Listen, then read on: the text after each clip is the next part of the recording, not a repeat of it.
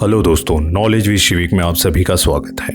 आज हम black hole के बारे में जानेंगे कि ब्लैक होल आखिर है क्या और इतना सर्वाधिक शक्तिशाली क्यों है और इसकी शक्ति के पीछे राज क्या है, अंतरिक्ष व्यवस्था के लिए इतना आवश्यक क्यों है और हर गैलेक्सी के बीच में एक ब्लैक होल क्यों पाया जाता है। इन सभी सवालों का जवाब आपको इस वीडियो में प्राप्त होगा। अंतरिक्ष मलबे जैसे कि गैस, धूल, टूटे हुए तारे लाखों मील प्रति घंटे की रफ्तार से घूम रहे हैं और सब कुछ ब्लैक होल के खुले मुंह में समा जाते हैं। समाने के पश्चात इनके छोटे छोटे मलबे जो हैं आजू बाजू ब्लैक होल के घूमते रहते हैं लाखों मील प्रति घंटे की रफ्तार से। जब ये घूमते हैं तो इनमें फ्रिक्शन पैदा होता है। फ्रिक्शन पैदा होने के कारण ये चमकने लगते हैं और ब्लैक होल के चारों ओर की वह पट्टी जो है पतली सी, वो कहलाती है इवेंट होराइजन।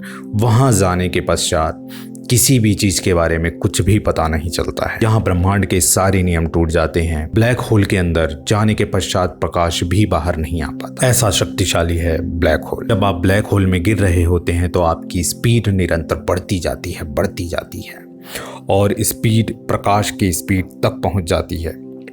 तो आप ही सोचिए कि आप में फ्रिक्शन का कितना बड़ा दबाव चल रहा होगा।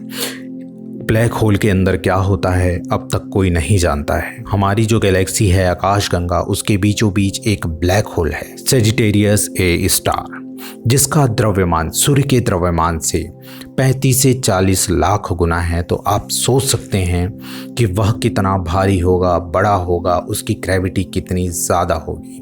वह पूरी हमारी गैलेक्सी का संचालन करता है। सारी घटनाएं, सारी चीज़ें उसी के इर्द गिर्द होती। फॉर एग्जाम्पल, हम यदि पृथ्वी को एक ब्लैक होल में कन्वर्ट करें तो पृथ्वी का रेडियस केवल और केवल 9 मिलीमीटर होगा।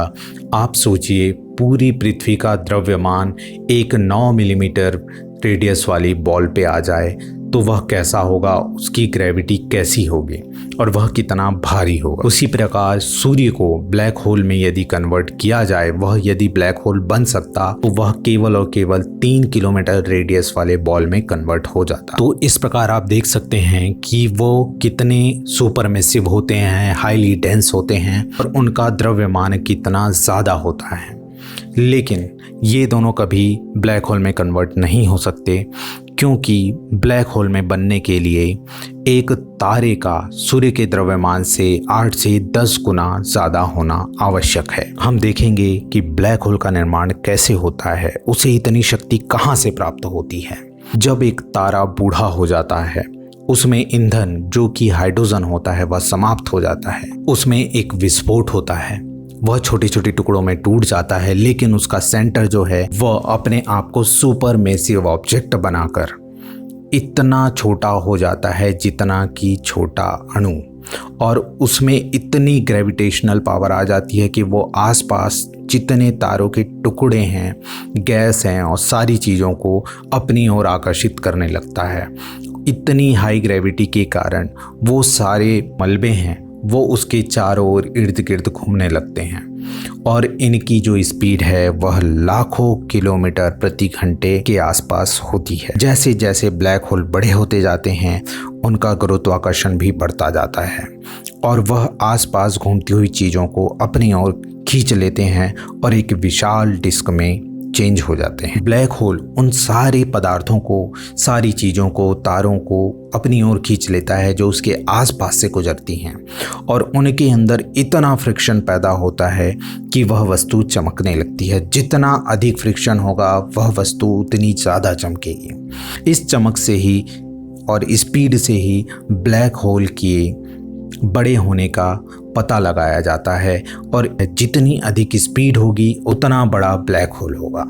और इस चीज़ को देखने के लिए जो इवेंट होराइजन टेलीस्कोप EHT, इसका उपयोग करके, इस दूरबीन का, टेलीस्कोप का उपयोग करके ही उस ब्लैक होल को देखा गया है।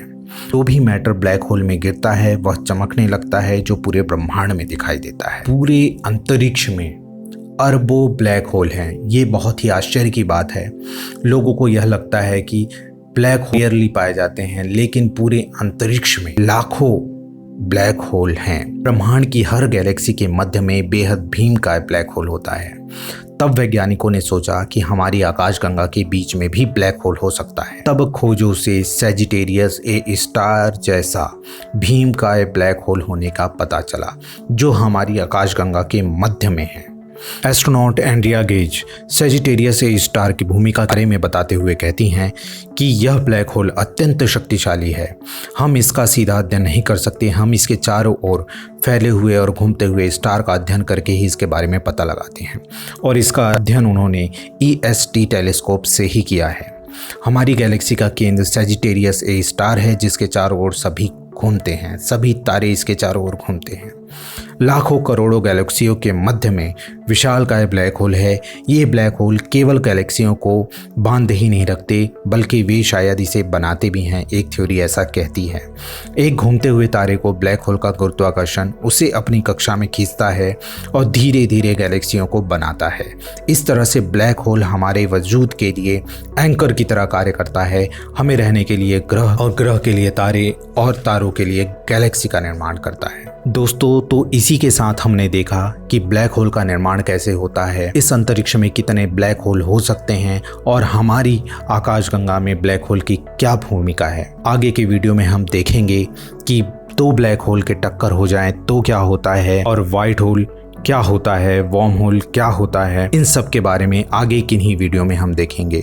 आशा करता हूँ यह जानकारी आपको अच्छी लगी होगी। अच्छी लगी हो तो लाइक कीजिए, शेयर कीजिए, सब्सक्राइब करिए और बेल आइकन को दबाना ना भूलिए। धन्यवाद।